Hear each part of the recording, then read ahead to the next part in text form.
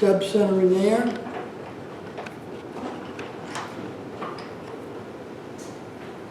Well, I've got just a little side. Take me 5 minutes. I have a Rikon, one of the mini lathes, 12-inch diameter, about the same size as those jet lathes that we have here in the shop. And ever since I bought that, boy, to turn this, to make that quill go in and out, was a two-handed process. And I've had that thing for about 5 years. So finally, I got totally pissed the other day. I'm going to get to the root of it. I figured it must be the thread in here. I take it all apart, and that thread, man, that just spins almost by itself. What happened, and I don't know, but inside this casting, there was about 3 inches from the end, there was like a ridge right in here. And it was just too tight. So I devised probably not the safest situation in the world, but I put a piece of wood in the 4-jaw chuck and turned it to the diameter of this quill. And then I turned it down just a tad bit more, took it on the bandsaw, put a slit in it, wrapped some sandpaper around it, and then I took that tailstock and pushed it on over there, and I had the lathe going at the very slowest it would go to start with. And then when it went on there, I just cranked up the speed a little bit, went back and forth, probably 10 or a dozen times. Boy, that lathe works like a trooper now. I mean, it just spins. And can't believe I put up with it for 5 years, not doing anything to it. Okay. So you can look at your piece. I mean, I've had pieces that perhaps had a little split in them or something that you didn't see. That would become the bottom. When I turn these, this is always going to be my top over here on the right. I don't have that on, do I? Yeah. You do? Mm-hmm. Bless your bottom. Okay. I knew I invited you for some reason. Okay. All right. Now, we're going to talk a little bit about the design process here in terms of shape and so forth.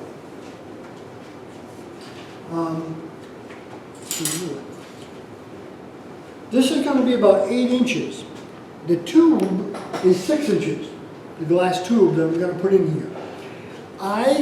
My preference is, and it shows in this one, my preference is when I look at the vase, I want to see all wood.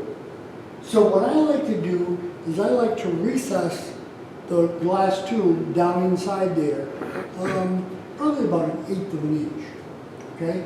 So if I've got a 6-inch tube, from the end of my turning to the bottom of where the tube is going to sit, I'm going to want that, I'm going to make it about 6 1/4 inches. And then I've got an extra 1/8 of an inch that I can adjust the end when I get it done. So I'm going to go down here about 6 1/4, and that will be the bottom.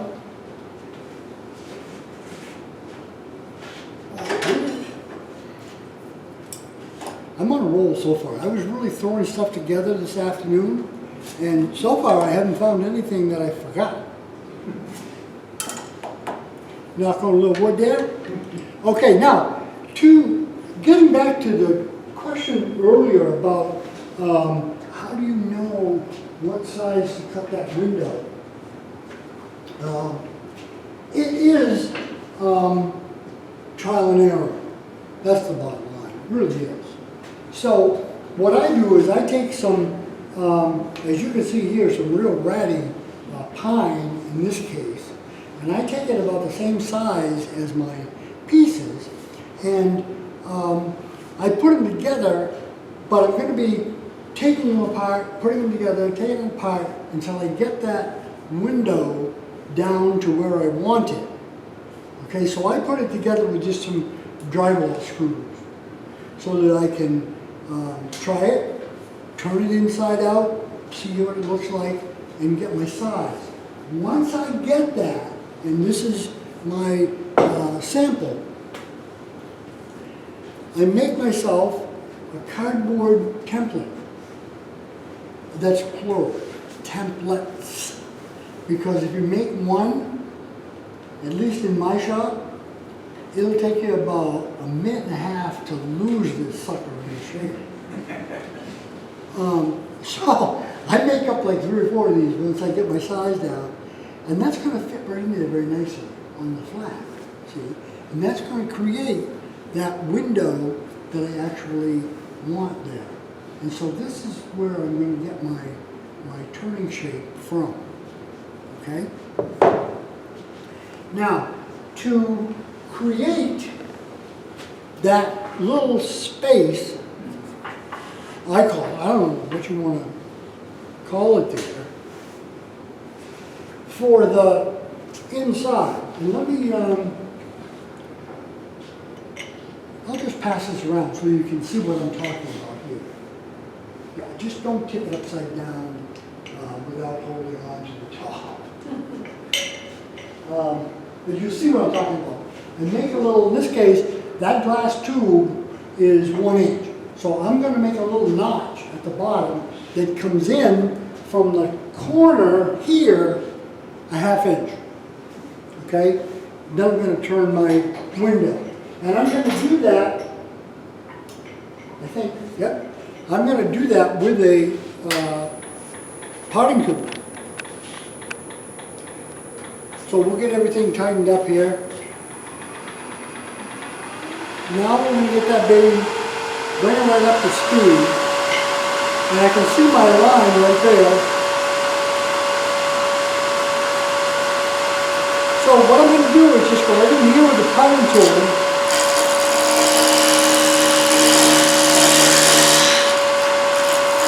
And make it a little bit wider.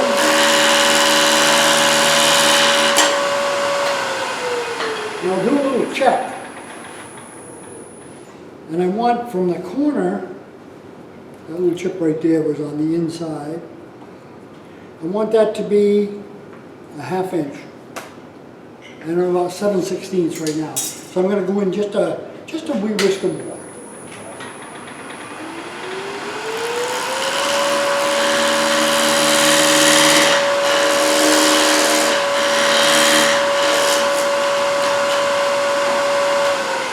And when the 4 of these corners go together, they're going to make that divot in the middle where my,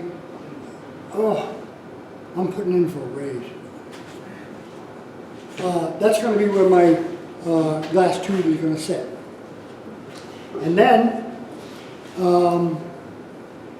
coming in here, up in here somewhere, is going to be the top of my window. Now, I'm not going to probably take the time to do that whole window, although I could, but, and you notice, I could use any tool to do this. I'm going to use a 1/2 inch bowl gouge. You know, I'm not one of those people that says, well, this is a bowl gouge here, we're only using on bowls, or this is a spindle gouge, and you can only use it on spindles. Whatever's going to work is what I'm going to use. So I'm going to form that window.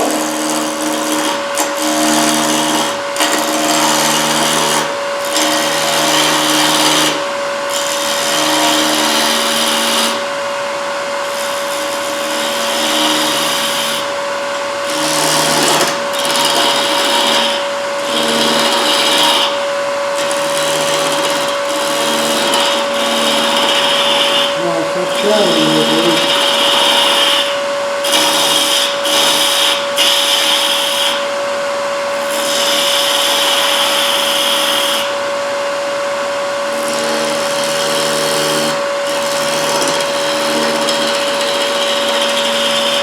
Okay. I'm going to get the general shape, and then we can stop and move on here.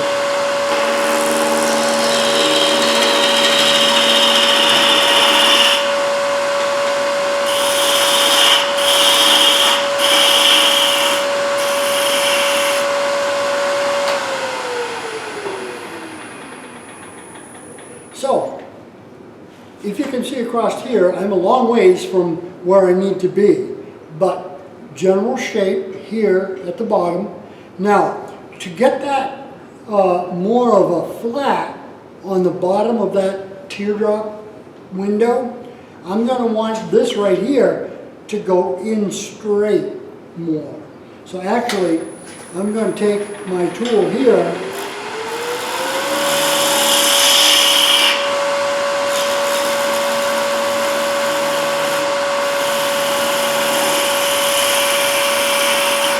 and go in a good deal flatter than I was. And you can tell just simply by taking a straight edge and putting it on there, and you're going to get the mirror to see half of what you've actually got. Okay?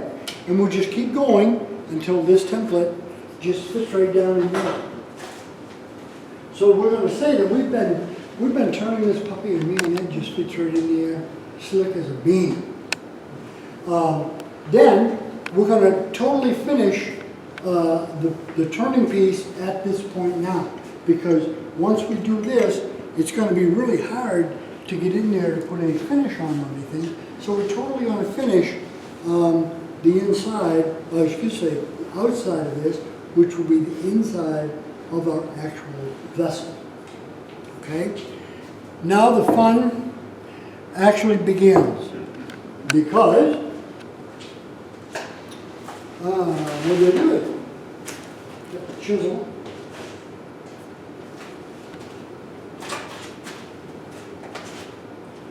I think I brought this in before. This is one of the first things I ever turned when I was probably about 12 years old.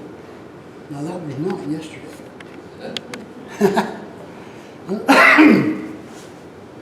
But basically we're just going to put that chisel, and I'm doing it on the bottom because if I miss a little bit and I take a chip out of there, it's not going to be a big deal because I've got plenty of stock here on the bottom. I just don't want to do it on the top. Okay, so we just set that chisel right in there, and that will just pop right apart.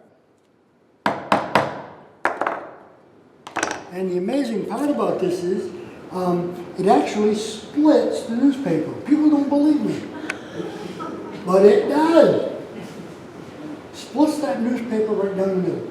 I used to use craft paper, but the stupid stuff they're using in the supermarkets, sometimes you gotta be careful because they're waxing.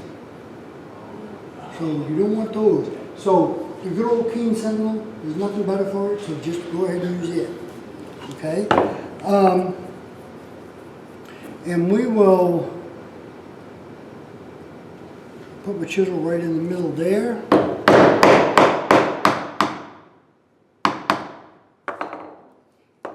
I said I was off a little bit, chipped that a little bit. No big deal. Let's do the other, just to say we did.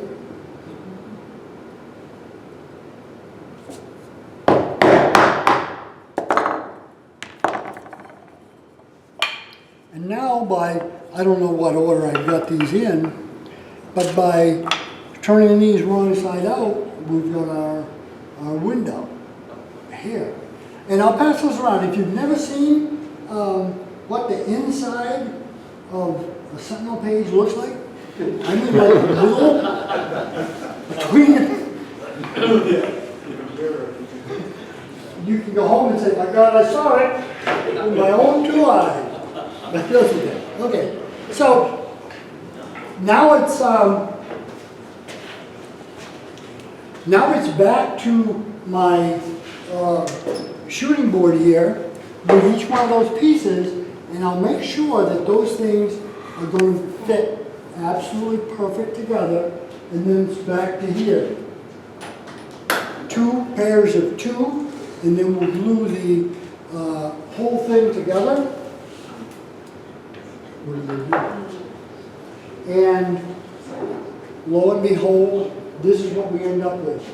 And the cool thing is, you know, you glue this together.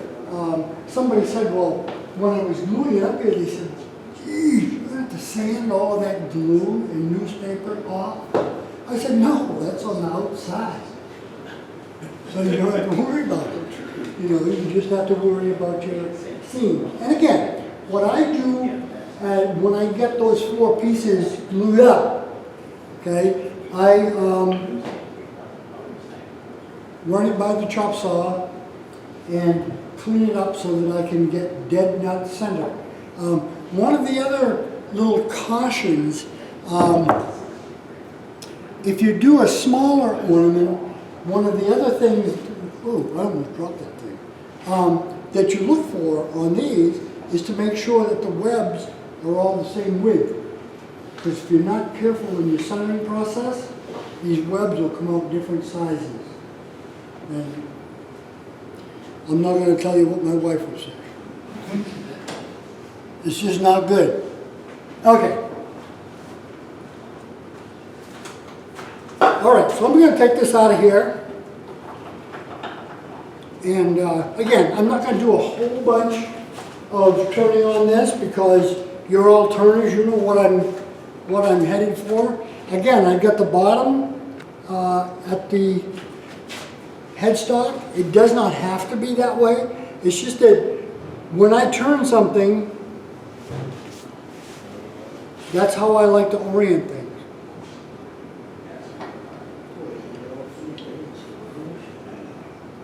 Okay.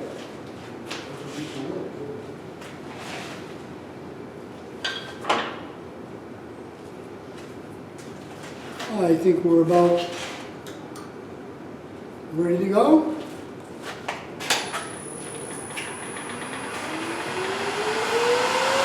Because this is basically a spindle turning, I don't know if you can see, but I can see right inside that turning. And as I know Kenny can tell you, if you're doing one of the, like his ornaments that are really shaped, you can see where you're going because you can see the inside of the web as you're turning it. It's really doing itself a lot of the work. So we'll just turn this down.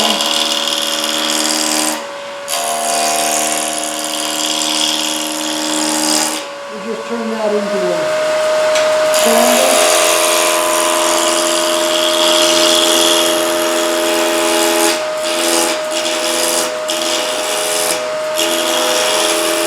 Using a spindle roughing gouge.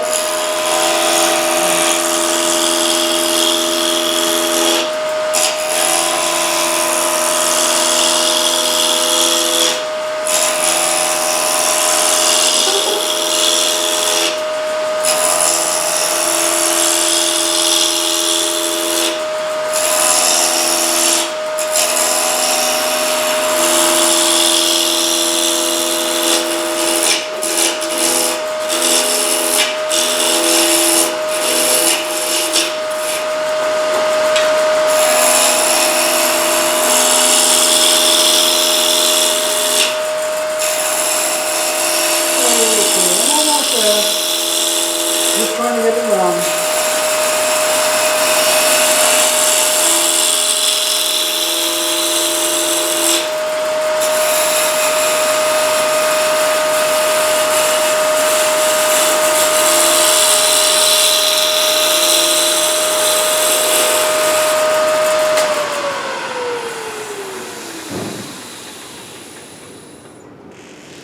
Okay. So we're around, we've got our windows here, and now we're just going to start the shaping process. And I'm going to start up here at the top a little bit and bring the top edge of that thing down.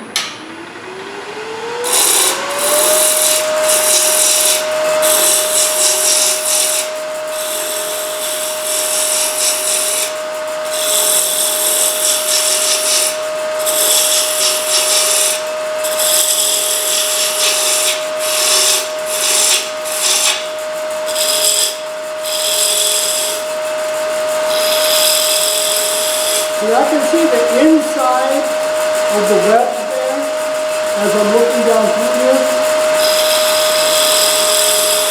So I'm going to bring that this top right in. Now, I just know from experience, I'm going to turn that top down to about 1 3/4 inches. What I'm going to do is I'm going to drill I'm going to be drilling a 1-inch hole in there for that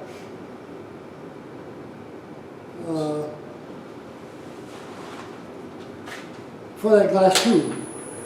So I'm just going to take that down.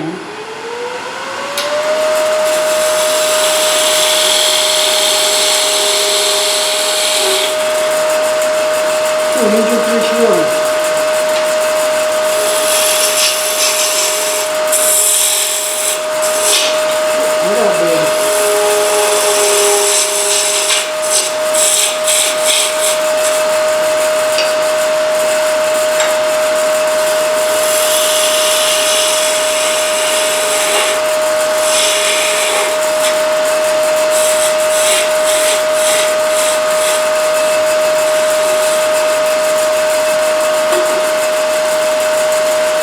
Now what I'm going to do, I'm going to measure down my 8 inches. I'm actually going to go about 8 1/4. Remember, I've got an extra 1/4 of an inch here. So you can't figure out how to use that wheel. Guess I've got to try a little harder. Okay. 7, 8 1/4 right there. That's the bottom of my vase. So I will now set this up for a chuck.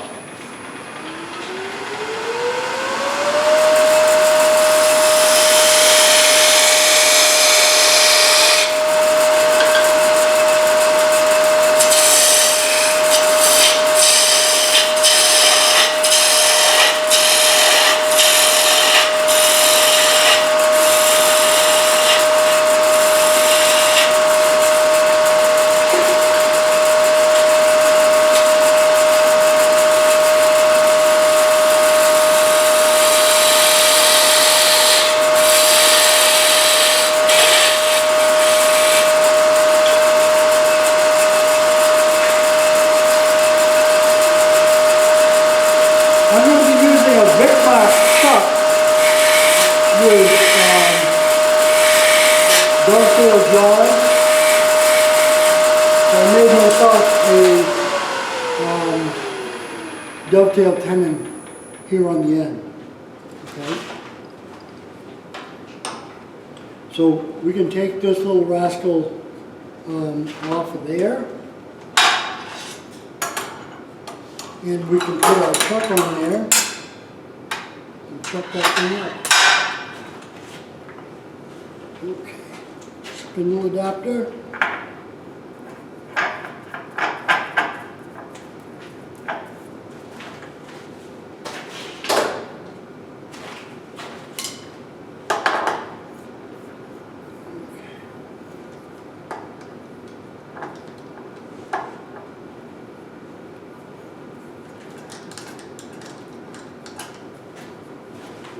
Okey-doke.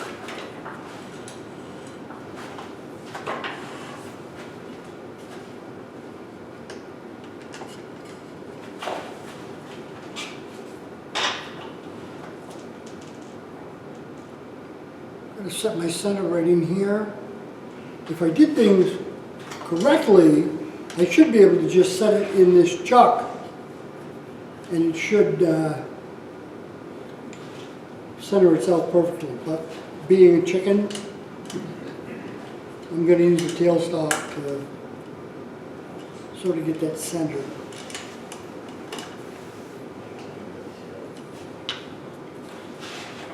Okay, let's see what we got.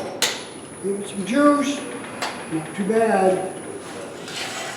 Now what I'm going to do is drill that for the 1-inch hole. The fine thread on this Tailstock, I think. I'm going to use a 1-inch Forstner bit.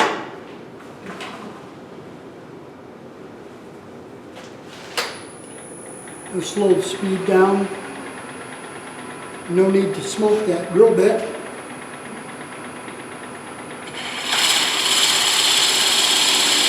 Always hold on to the chuck.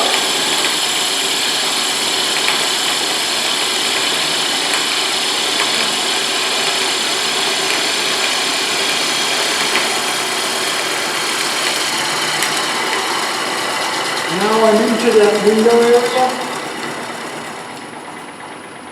Now it's all the way through.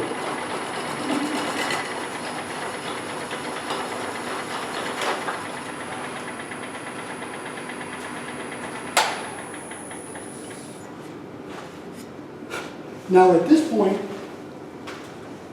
my glass tube, if I can find it. Anybody see the glass tube? Oh, yeah, that may work. Sure. This should be shot. It's not going to hit. So now I'm going to adjust. Remember, I added that extra 1/4 inch, and I'm going to recess it down in. So I'm going to do a couple of things.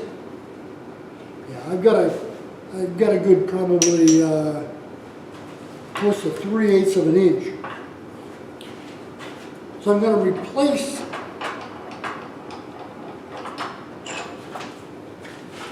the tailstock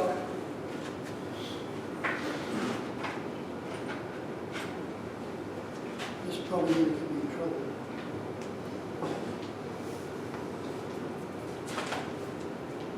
Most of these tailstocks come with a tailstock cone, and I put some of that 8-inch foam from Michael's on here because I really don't want to screw that end up. So I'm going to run this in here.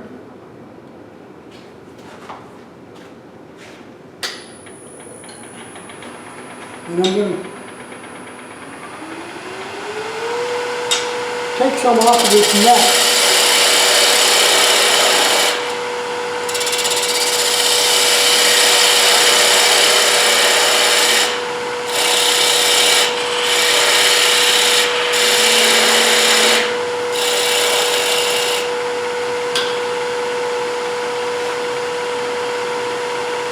We use a screw chisel.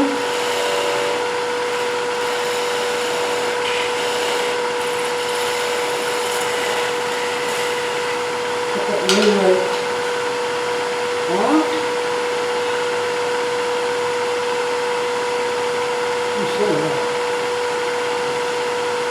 Okay. Now, electrical interference, it's called. I'm going to take and do the recess in the top to set that, I want to set that glass tube down in. Just a little bit.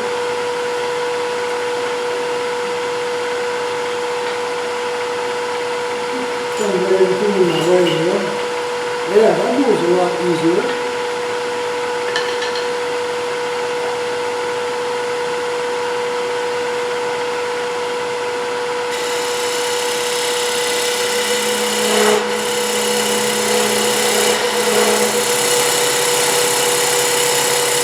Down in there about 1/8 of an inch.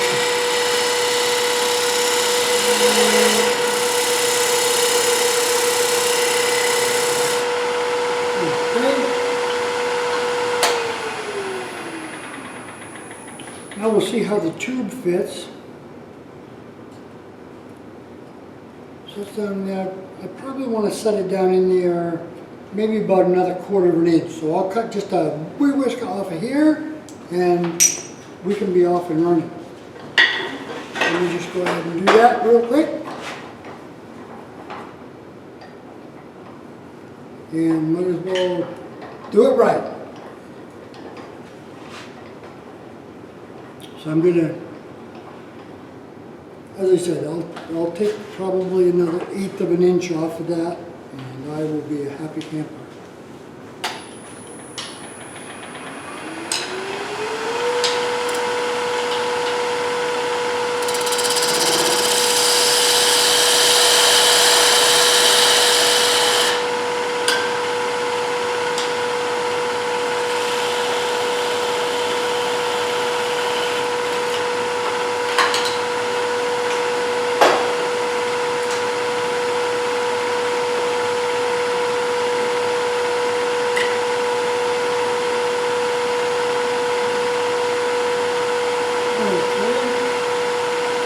Let me do my recess here just real quick like again.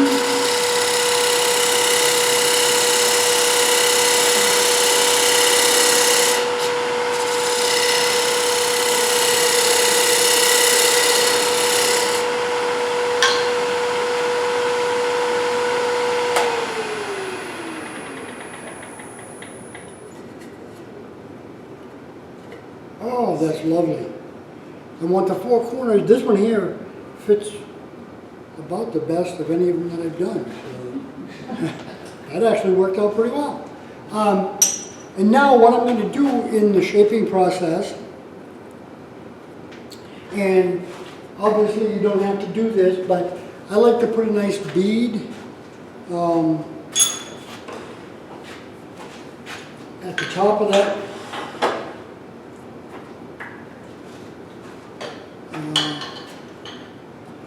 Top up here. So I'm going to use the D-Way Tools bead forming tool.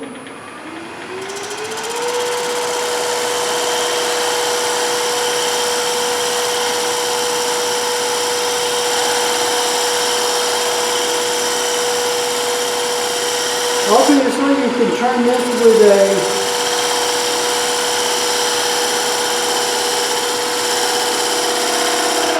your bowl gouge if you want to.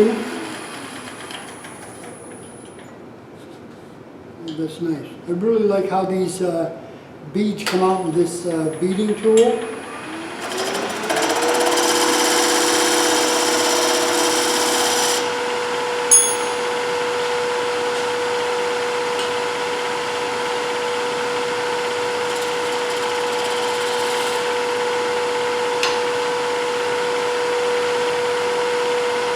And now this is just more shaping, but I just want to do this top to get this kind of down there.